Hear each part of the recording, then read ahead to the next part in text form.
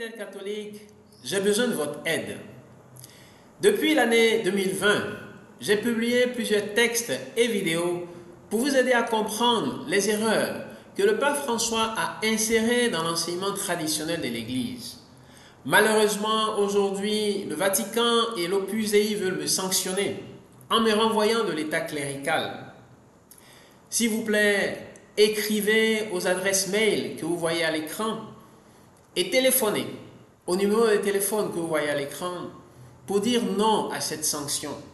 Parce que je n'ai fait qu'accomplir mon devoir de prêtre qui est celui d'éclairer le peuple chrétien sur la vérité de l'enseignement de notre Église. Et maintenant, j'aimerais vous partager une lettre que j'ai adressée au cardinal Yu et au prélat de l'Opus Dei.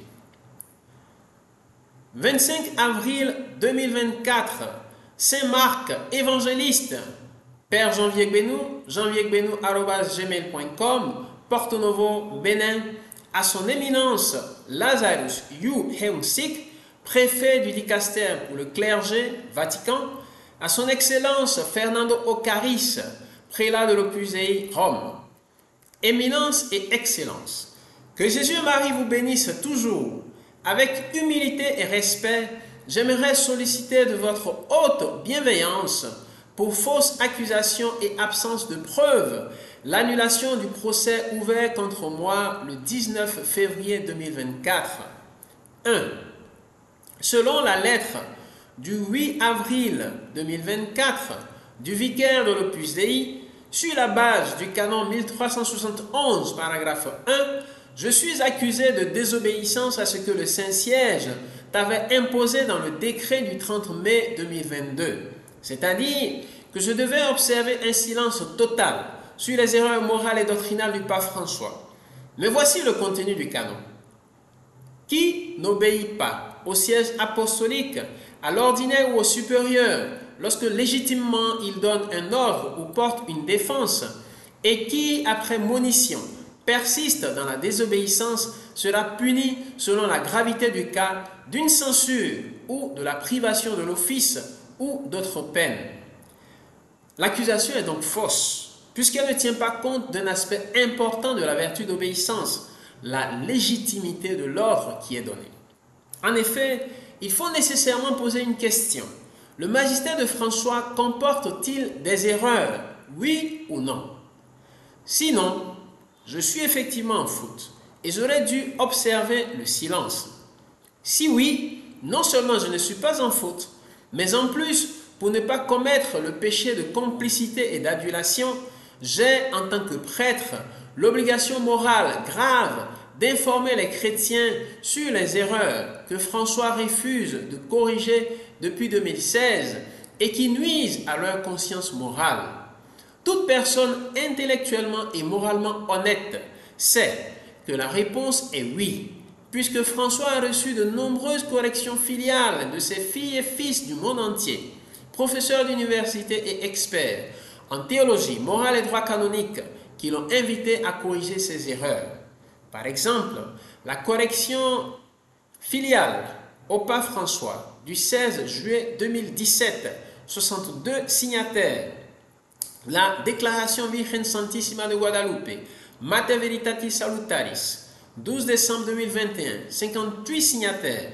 L'appel filial à tous les cardinaux et évêques de l'Église catholique, 2 février 2024, 511 signataires, etc.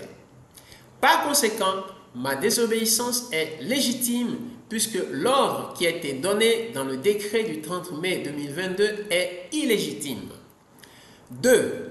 Selon la lettre du 8 avril 2024 du vicaire de l'Opus Dei, mes publications peuvent être soumises au type pénal établi au canon 1373 du Code de droit canonique. Voici le contenu du canon. Qui incite publiquement à la contestation ou à la haine contre le siège apostolique ou l'ordinaire à cause d'un acte, d'un office ou d'une fonction ecclésiastique, ou bien qui incite à leur désobéir, sera puni d'interdit ou d'autres justes peines. Quelles sont les preuves de cette accusation? Date et lieu, paroles et actions. qui constitue une contestation ou une haine contre le siège apostolique ou qui incite à désobéir à un ordre légitime du pape François. Dans ma lettre du 9 avril 2024, j'ai demandé au vicaire de l'Opus Dei de me les envoyer par écrit pour préparer ma défense, mais jusqu'à ce jour, je n'ai rien reçu. Cela était prévisible puisque ces preuves n'existent pas. Ma conscience et Dieu sont témoins que je n'ai jamais demandé aux chrétiens de contester ou de haïr le siège apostolique ou de désobéir à des ordres légitimes du pape François. Selon le droit canonique et le droit civil, cette seconde accusation est irrecevable puisque l'accusateur ne peut pas présenter les preuves de son accusation. 3.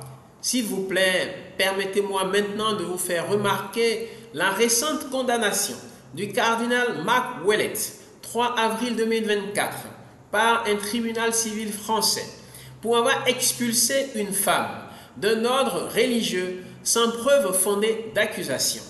C'est ce même cardinal qui a validé mon injuste expulsion de l'Opus Dei sans preuve d'accusation, comme je l'ai fait remarquer au vicaire de l'Opus Dei dans ma lettre du 26 mars 2024. Devrais-je me tourner dans le futur vers un tribunal civil pour demander des dommages et intérêts pour mon injuste expulsion de l'Opus Dei et éventuellement pour un injuste renvoi de l'État clérical? En effet, le 22 janvier 2021, à Yamoussoukro, Côte d'Ivoire, j'ai été chassé. Le mot n'est pas mal choisi, car c'est exactement ce qui s'est passé devant témoins. J'ai été chassé de mon lieu habituel de résidence par un prêtre, avec interdiction d'y retourner, interdiction donnée à ce prêtre par le vicaire de l'Opus Dei.